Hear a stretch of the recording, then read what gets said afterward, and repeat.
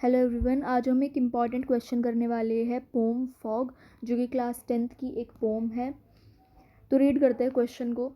How does Carl Sandburg describe the arrival, stay and departure of fog through the image of a metaphorical cat.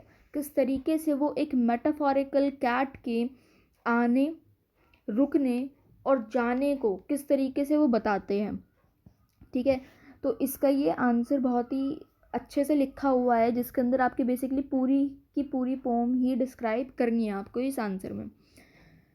The poet Carl Sandburg has described the nature of fog, how it comes, settles over a place and then flies away after some time.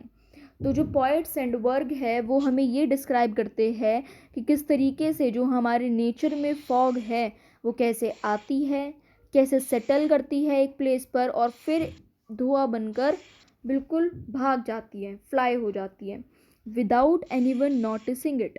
बल्कि किसी को पता भी नहीं चलता। वो fog इस तरीके से आती है, एक जगह पर रुकती है और फिर चली भी जाती है और कोई उसे नोटिस भी नहीं करता है।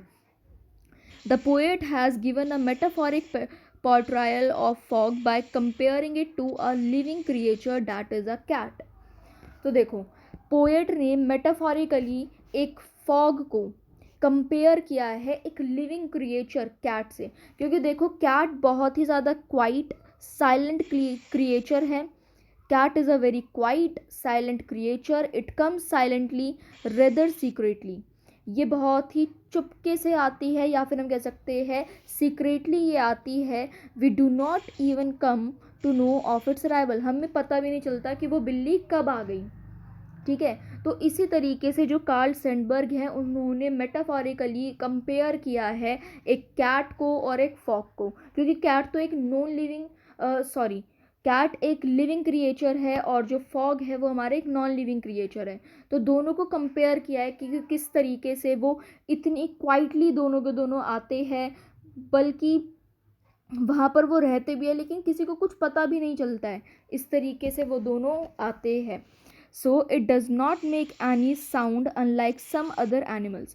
कैट एक ऐसा क्रिएचर है जिसके अंदर जो कि जब अराइव करता है, जब वो आता है तो कोई भी साउंड क्रिएट नहीं करता है जैसे कि बाकी एनिमल्स करते हैं। जैसे कोई भी डॉग आएगा so that it will bark, but most of the time जो कैट है वो बाकी एनिमल्स की तरह कोई भी साउंड क्रिएट नहीं करती है। It stays at a place for some times, ये एक जगह पर रुकती है कुछ टाइम के लिए, and then quietly moves away, और फिर कुछ टाइम बाद ही अपने आप ही वो चली जाती है। One can also say that a cat is an independent animal. हम ये भी कह सकते हैं कि कैट एक इंडिपेंडेंट एनिमल है। It goes anywhere it likes, वो कहीं पर भी जाती है, मतलब जहाँ उनका मन करता है उस कैट का वो वहीं पर चली जाती है। इट नोज़ नो बाउंड्रीज, उसके पास कोई ऐसी बाधा नहीं है कि उसे यहाँ नहीं जाना है, यहाँ रहना है। मतलब वो अपने मन की ही सुनती है। In the same way fog arrives eight a place silently, इसी तरीके से जो फॉग है वो बहुत ही साइलेंटली एक प्लेस पर अराइव करता है। Sometimes when we get up in the morning we notice the whole place covered in a curtain of fog. कभी कभार जब हम मॉर्निंग में उठते हैं तो हम क्या नोटिस करते हैं कि एक कर्टेन की तरह, एक पर्दे की तरह वो फॉग पूरा कवर कर रखा है उसने पूरे प्लेस को। It settles over a place, वो एक प्लेस को पूरी तरीके से ढक लेता है fog. It does not make any sound like rain और स्टॉर्म। देखो ये बहुत ही इंपॉर्टेंट पॉइंट एंड बहुत ही अच्छा पॉइंट इसमें लिखा हुआ है।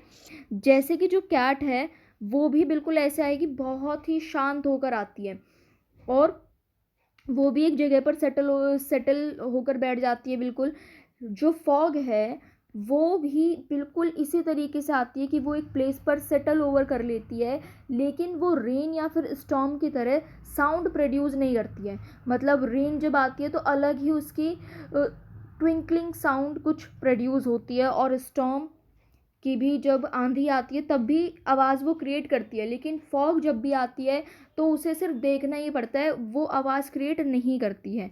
Just like a cat it loves to stay at a place and then move away silently. बिल्कुल इसी तरीके से फॉग आती है जैसे कि कैट एक जगह पर रुकती है जहाँ उसे पसंद है, फिर वो साइलेंटली वहीं से चली जाती है। As we do not come to know about its arrival, जैसे कि हमें उसके आने का भी पता नहीं चलता है। We do not even notice its departure, हमें ना तो उसके आने का पता रहता है ना ही उसके जाने का पता रहता है। तो ये कितना ज़्यादा मिस्टीरियस चीज़ है, मतलब कोई आ भी रहा है, हमें दिखा, हमें पता भी नहीं चला कि भाई कब चली गई। तो इसी तरीके से फॉग भी है और कैट भी है। ये आंसर हमने बहुत ही डीपली अच्छे से बिल्कुल पढ़ लिया है। इफ़ इन केस आपके एग्ज़ाम में ये आंसर आ जाए तो आपको कुछ कुछ पॉइंट्स इस आंसर के याद रहेंगे। So that's all for today.